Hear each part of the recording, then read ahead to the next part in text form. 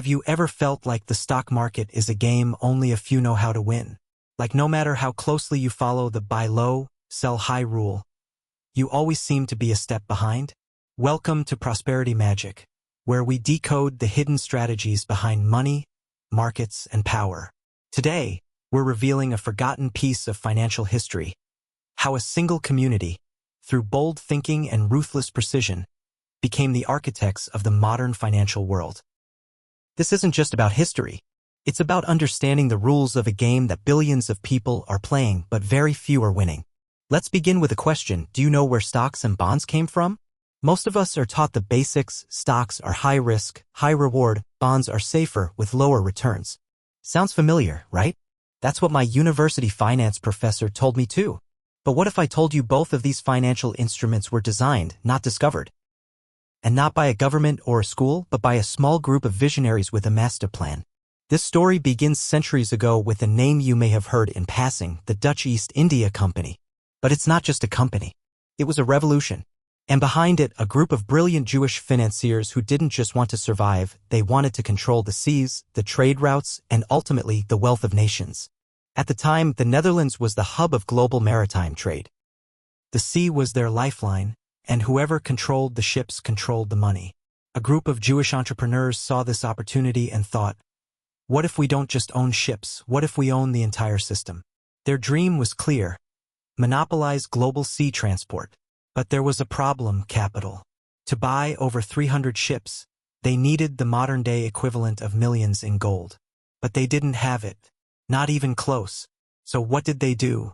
They invented something we now take for granted: public shares. Before this, businesses were formed with capital from a few friends or family members. That was it. But these Jewish innovators tapped into something deeper: the desire of the masses to earn money without doing any work. Sound familiar? They created the first joint stock company, offering shares to anyone willing to invest. Their message was simple: let your money work for you. Let us do the hard part. You just sit back and share the profit. And it worked. People across Amsterdam and soon across Europe lined up to invest. Even the mayor of Amsterdam poured his life savings into this company. There's even a famous oil painting of a maid holding a money bag. It belonged to that very mayor, and it all went to the Dutch East India Company. With capital in hand, they built the most powerful merchant fleet on earth. They didn't just dominate trade routes. They rewrote the rules of finance. And here's where things get interesting. These same principles became the foundation of modern financial systems. Stocks, bonds, dividends, IPOs, none of these existed before. And who controlled them? The people who created them. Many of them were Jewish financiers, brilliant minds with a ruthless understanding of psychology, systems, and scale. They weren't trying to play the game. They were designing it. But why does this matter today? Because most people still approach investing with the same naive mindset: buy low, sell high. Yet, as history shows, the ones who always think that way usually lose. They follow the rules. They listen to the system. But they don't question who made the system in the first place. That's why so many people think the stock market is high risk. It's not because the system is broken, but because it was never designed for the masses to win. Think about it. Why do conspiracy theories always revolve around finance? Why do so many people blame the Jews for manipulating markets? Why do books like Currency Wars paint them as villains? Because the system gives power, and those who control the system shape the world. Ever heard of the book Evil Eye? It's an American novel that compares the financial system to a dark, all-seeing eye, one that slowly consumes the world. In the story, a small group of rebels fights to stop this eye from dominating everything. The twist? The eye symbolizes modern finance. And here's the scary part: it has only ever lost once. To the Kingdom of Aragon in Spain. Since then, no one's managed to stop it. Now you might be thinking, if we can't beat the system, can we still win? That's exactly the question we need to ask. Because if the rules can't be changed, then the only logical move is to learn how to use them, to play smarter, to think like the ones who wrote the rulebook. And that starts by understanding where money really comes from and what it truly represents. Back in the Dutch Golden Age, these innovators realized something profound: money sitting in your pocket is dead. But when that money is put into a well-run system, it becomes alive, it multiplies. They promised investors your gold coins won't just sit, they'll grow. They'll work. And they'll bring back more gold. This became their slogan. And soon, dividends flowed. Fortunes were made. And the concept of the passive investor was born. Does this sound familiar? It should. Because every stock today, every mutual fund, every ETF traces its roots to that moment. And what does that teach us? Two core truths. One, monopoly is everything. Look at Apple, Microsoft, Google, or even Li Ka-shing in Hong Kong real estate. The richest aren't selling products. They're selling dominance. Two, scarcity creates power. In Hong Kong, land is limited. So what did Li Ka-shing do? He made it even scarcer. That way, when demand grows, only a few can supply it. And when that happens, price becomes whatever they say it is. That, my friends, is the hidden game. So the next time you hear about stock prices, about IPOs, or about the market crashing, pause. Ask not what to buy or when to sell. Ask instead, who built the board you're playing on? Because once you understand that, you stop playing checkers and start playing chess. If you found value in this video, please give it a like. It helps more than you think. And if this message resonates, hit subscribe and turn on the bell. Because here at Prosperity Magic, we're not just chasing money. We're understanding the system behind it.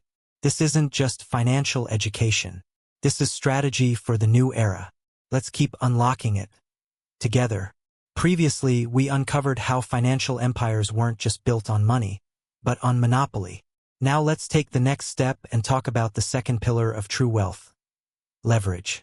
Let's begin with a familiar name. Li Ka-shing, one of the wealthiest tycoons in Asia. But did you know he didn't start with money? He built everything from scratch. And he did it using two concepts, monopoly and leverage. Here's how it worked. He quietly purchased huge swaths of land, but he didn't sell. Or if he did, he sold very slowly. Meanwhile, he encouraged population growth in Hong Kong. So when your son grows up and wants to buy a house, guess who owns the land? That's right, Li Ka-shing. That's not coincidence. That's strategy. That's monopoly in action. But what if, like Li, you don't have capital? What if you're starting with nothing? Then you use leverage. Leverage doesn't always mean borrowing money. It means using other people's resources, time, trust, or systems to achieve something greater than you could alone. And if you don't have wealthy relatives, don't panic. That's where banks come in. That's where investors come in. And if you're really smart, you'll raise funds by selling a dream, creating a vision others want to buy into. Here's a truth no one tells you. Pushpin entrepreneurs should focus on building. Money with wings investors should focus on investing. When you try to do both, you burn out. You dilute your strengths. Most people who fail at startups do so not because of bad ideas, but because they're trying to be two people at once, the dreamer and the banker. If you're starting with nothing, embrace it. That gives you flexibility. That gives you resilience. And in today's world of chaos and disruption, resilience beats comfort every time. Remember how AI is replacing jobs overnight? While 90% of industries may be disrupted, the same technology is giving birth to new opportunities. Now is the time to ride the wave. If you jump in early, like gold diggers in old San Francisco, your descendants may thank you for generations. And what's the leverage today? It's attention. Right now, you're watching this video. That's your time. That's your energy. And I'm using it to build something bigger. This channel, this platform, this message. That, my friends, is leverage. Let's bring it back to monopoly. Imagine I start a food business. Something niche and specific. Maybe stuffed beef intestines, for example. After a while, whenever people hear about that dish, they think of me. That's brand monopoly. That's market ownership. But the Jewish financial masterminds we discussed earlier didn't stop at one company. No. They formed two, the East India Company and the West India Company. Why two? Simple. The East India Company was all about legal trade, shipping goods, and commerce. The West India Company? Rumors say it was a front for piracy. Yes, pirates. One hand negotiated peace. The other crushed competition in the shadows. This is what true control looks like when you dominate both the light and the dark sides of the game. That's why real financial sharks don't worry about risk. Why? Because they control the board. When you write the rules, there's no such thing as risk, only timing. Let me show you how this plays out in real estate. I find a plot of land that most people can't afford. So there's little competition. I raise capital, other people's money. Then I build something, a building, apartments, whatever. Next, I sell the units one by one. Profit locked in before construction even finishes. The key? Capital flow. But here comes the problem. What happens when too many small investors jump in? Some will panic. Some will want to pull out. This is what happened to the Dutch East India Company. Rumors started flying, pirates attacked the fleet. The gold is gone. And the public panicked. Investors rushed to sell. What did the company do? They didn't freak out. They didn't plead with investors. No, they deployed actors. These men sat calmly on the riverbank, dressed elegantly. Hats on, umbrellas held by servants. They looked like casual gentlemen. But their job was precise. They would say, "We'll buy your shares at this price. And if you want to buy, we'll sell at a slightly higher price." They created a market illusion. Buy low, sell high. And people believed it was real. But here's the secret. They all worked for the same company. Even the competitors.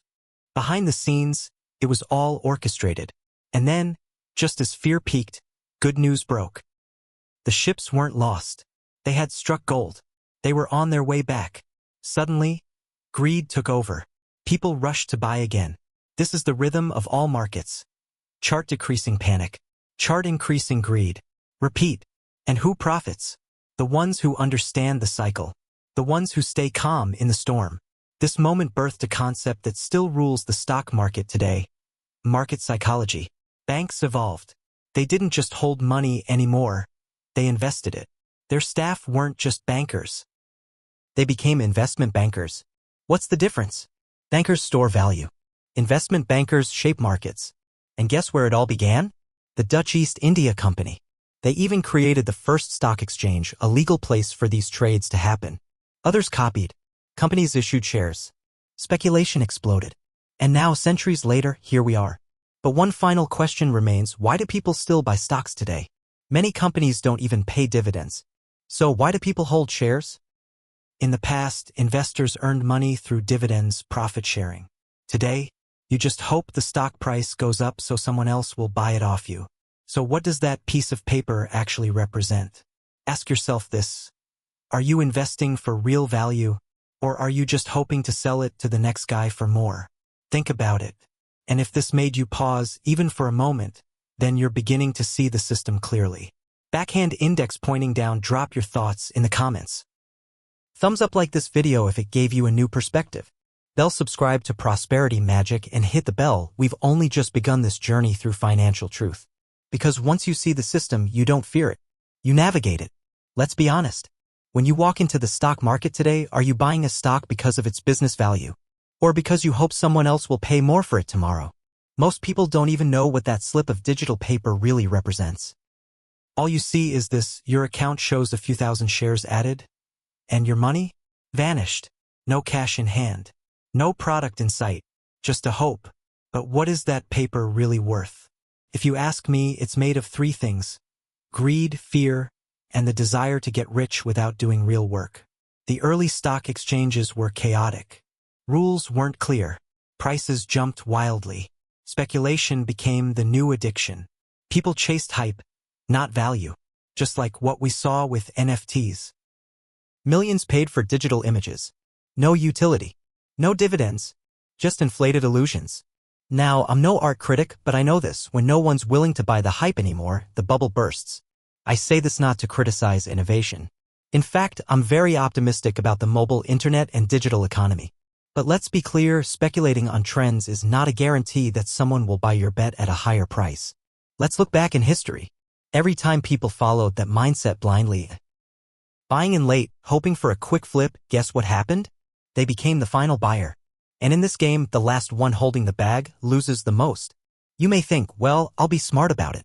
But when you make money that way once, you want to do it again. And again. The greed grows. You double down. Until it breaks. I've done speculative trading before. I made money. But I didn't rely on luck. I had a system. I set my stop loss. I calculated my risk reward.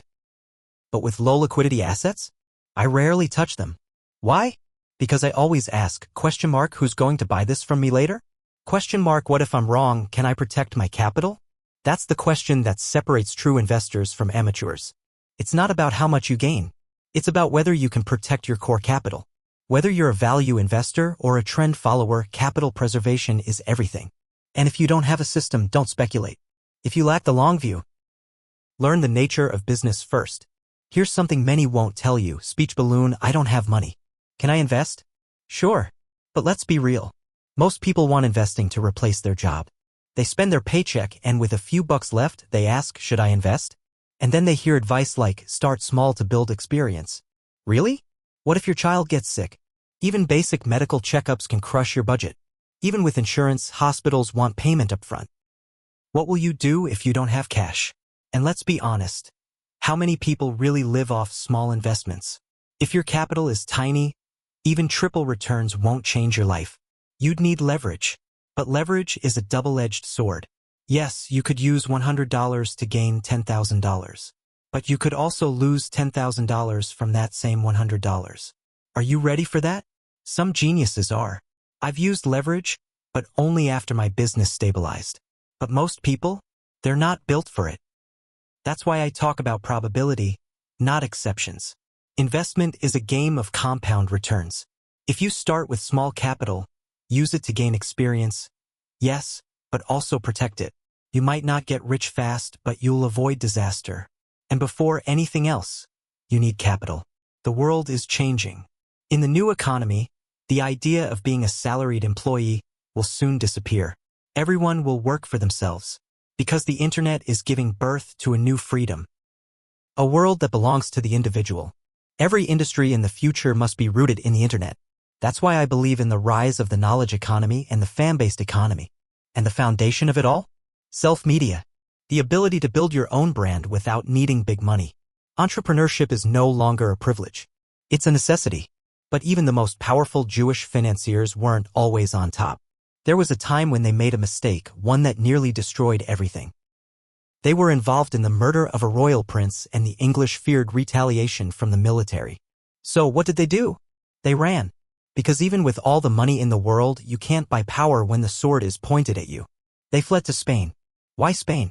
Because there they found another brilliant Jewish partner, someone who saw an opportunity. He went to the Spanish king and offered something priceless, money during war. And when nations go to war, what do they need most? Money. But where does a king get money? He borrows from his own people. And thus, the world's first war bond was born. These Jewish financiers invented the concept of government bonds. They proposed this: let the king borrow from the people. Give them a certificate, a promise to repay with high interest. And who were the first buyers? Not the common folk. The rich, the powerful, the bankers. And the king? He made a promise. If I can't repay, I'll give you my tax rights, or my trade routes, or my land. Bit by bit, power slipped from the throne into the hands of those who controlled the money. Soon, the entire financial system of Spain was under their influence. Take a look at Europe during that era: Spain, Portugal, England. In those old movies, the king often looked powerless, didn't he? Because outside his palace he was. The nobles, the dukes, the wealthy families, they held more real power than the crown. Why? Because the king had sold off everything. That was the trap. And the bait? Government bonds. It was brilliant. It was subtle. And it worked. But one man saw the danger. He warned. If bonds are misused, they could destroy an entire nation.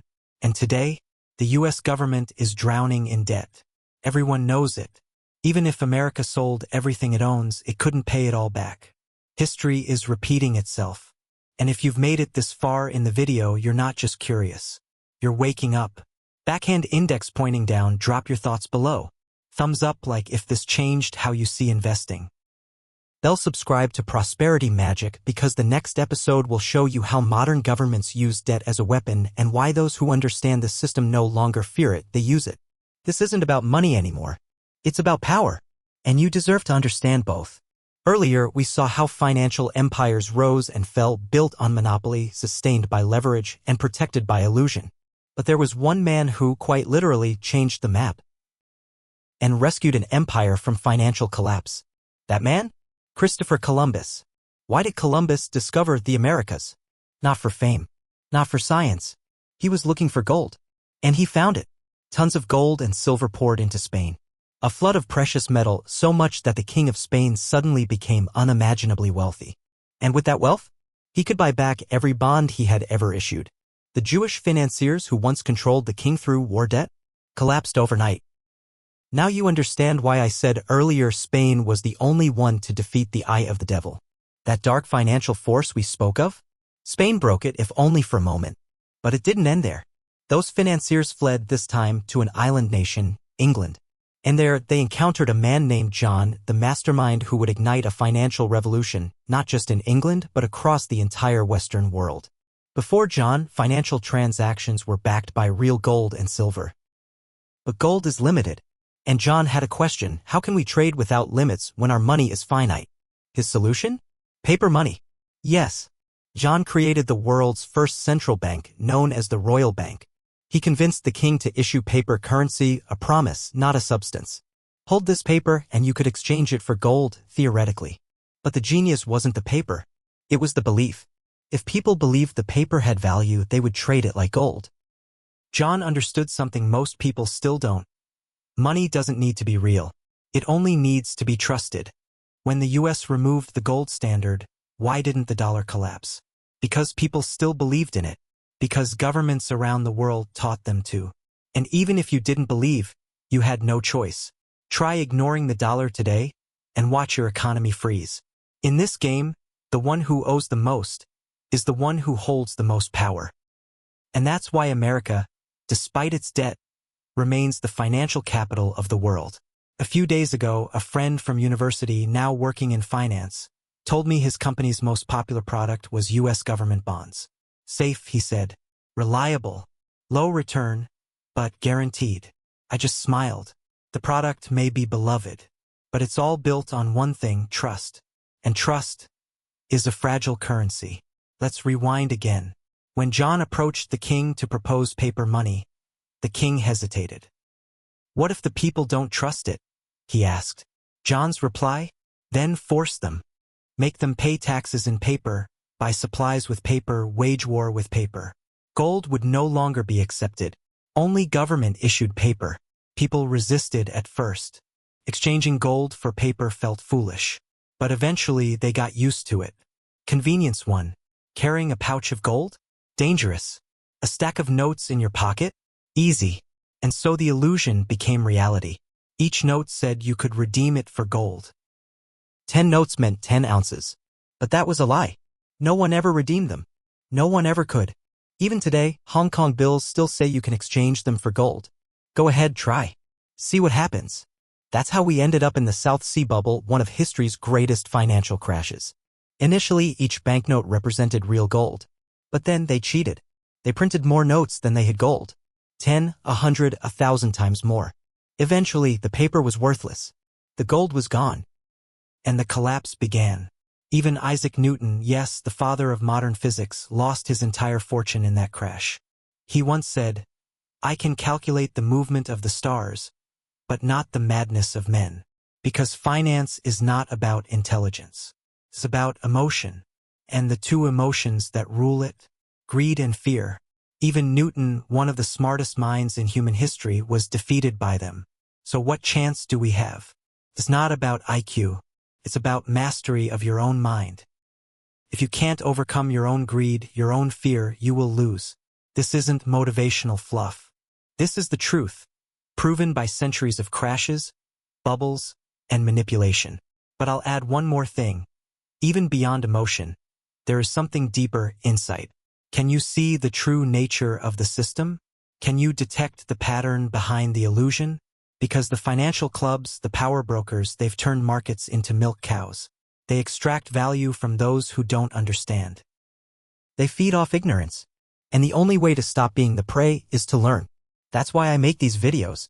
To help you see what's really happening. To give you the tools to navigate this chaos. And that brings us to the end of today's journey. I hope something I said sparked a thought.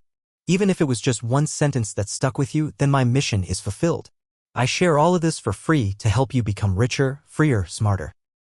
If you want to go deeper into this world of power, money, and independence, subscribe to Prosperity Magic Brain, hit the bell megaphone, share this video with someone who needs to hear it, and to those who liked this video, may financial freedom find you soon. Until next time, this is Prosperity Magic. Not just a channel. A shift in perspective.